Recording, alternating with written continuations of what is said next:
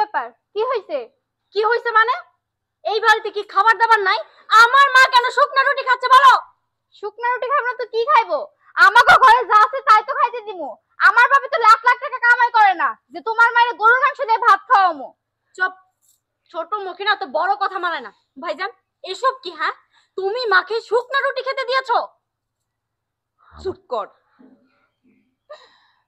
তুই এই বাড়িতে এসেছিস না? আমারে শুকনা রুটি খাইতে দিছে, এর লেগে খুব কষ্ট হইতাছে তোর, তাই না? কই ছিল কষ্ট?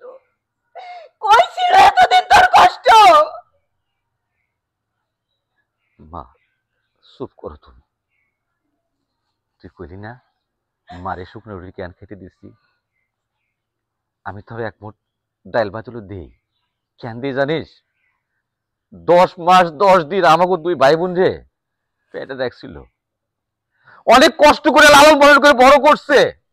এই যে আমি লেখাপড়া না কইরা মানুষের মতো মানুষ না হইয়া কামলার কাজ কইরা পরের কাম করে টাকা কামাইয়া তোর নিয়ে স্বপ্ন দেখছি আমি তুই বড় হবি, তুই একটা ডাক্তার হবি, আমার মনে সব স্বপ্ন পূরণ করবি। তুই আমাকে মনে চুনকালি মাখাইয়া আমাকে সাইডে তুই চলে গেছস। এই তুই জানোস না আমাকে কি আছে? কোন অর্থ সম্পদ টাকা পয়সা আছে? যা ছিল সব তোর পিছনে ভাঙছি। কি পাইছি? গ্রামের লোকজন এলাকার লোকজন সব একটা কথাই বলে, সর্দারের বোন নাকি কারো লোকে বাড়ায় গেছে, ওর পুলিশের সাথে চলে গেছে। এই মুখটা এমন করে দেখলে চলে যাই, রাস্তাতে কারোর সামনে মুখ দেখাই না। আর তুই সেই বোন হ্যাঁ কইতেছস আমার মায়ের খেল লিখে শুকনো রুটি দিছি? আমার মা যে পাইছি আছে এই দিয়ে তো আল্লাহর কাছে হাজার হাজার শুকরিয়া। চুপ কর বাজার, চুপ কর। আর কইস না, এই জীবন নিয়ে বাইসা নাই। এই জীবনটা নিয়ে পাপ করছিলাম বলেই তো ওর মতন একটা মাইয়া গর্ভে ধারণ করছিলাম। যে মাইয়া রে এত ভালোবাসা লালন পালন করে বড় করছি, তুই ওর বড় ভাই। ওই জানে ওর বাপ নাই, এই ভাই কোনোদিনও ওর বাপের অভাব বুঝতে দেয় নাই। যখন যেটা চাইছস সেটাই দিছে তোরে। নিজে খাইয়ে না খাইয়ে তোরে মানুষ করছে, তোরে লেখাপড়া শিখাইছে। আর নিজে সুযোগ বুঝা গিছস বড় লোকের পোলা দেখে ভাইকে গিছস না? মা, আমি আপনার কাছে ক্ষমা চাচ্ছি। আসলে আমি যখন আপনার মেয়ের সাথে রিলেশনে ছিলাম তখন কোনোভাবেই ও আমাকে বুঝতে দেয়নি যে আপনার আর্থিকভাবে সচ্ছল না। ও আমাকে বলেছে ওর ফ্যামিলি অনেক বড় লোক, তার বাবার অনেক টাকা পয়সা আছে। দেখেন, আমি আসলে জানতাম না যে আপনাদের পরিবার এমন ভাবে চলছে। আমি ওকে বিয়ে করেছি, ভুলটা আমার। কিন্তু সব থেকে বড় ভুল করেছি, আমি আপনাদের খোঁজ খবর নেইনি। আমার উচিত ছিল আপনাদের খোঁজ খবর নেওয়া, যেটা আমার পক্ষে সম্ভব হয়ে ওঠেনি। এই জন্য আমি এতদিন পরে হলেও আপনাদের খোঁজ খবর নিতে এসেছি।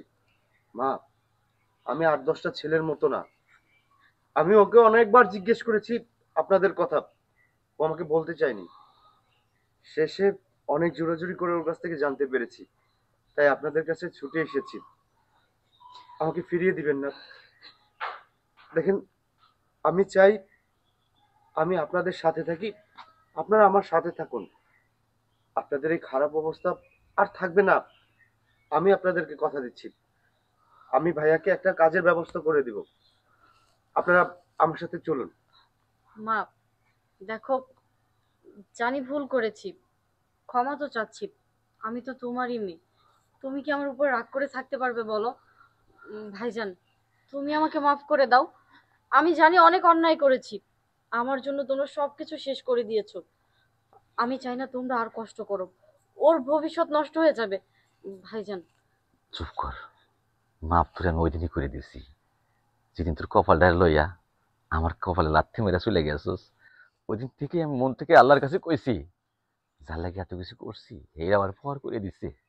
কিন্তু মন থেকে আল্লাহরে কইছি, আল্লাহ বাপ মরে যাওয়ার পরে এই বোনটারে আমি কোলে পিঠে করে মানুষ করছি।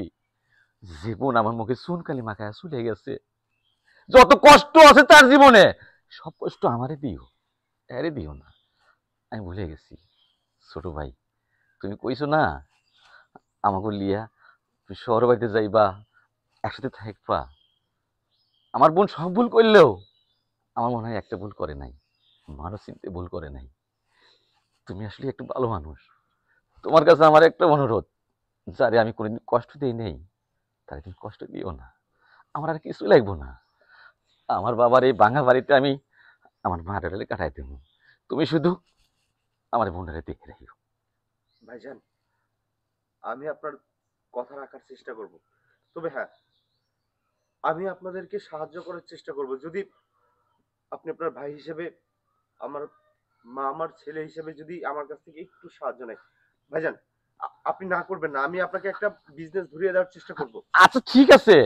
ওমা, জীবনের প্রথম আমাকে বাড়িতে আমাকে বোনের জামাই, মানে আমাকে বোন জামাই আইছে, হ্যাঁ কি দাঁড়া থেকে কথা কইবা? আরে গরমে যাও তো, সব কথা পরে হইব।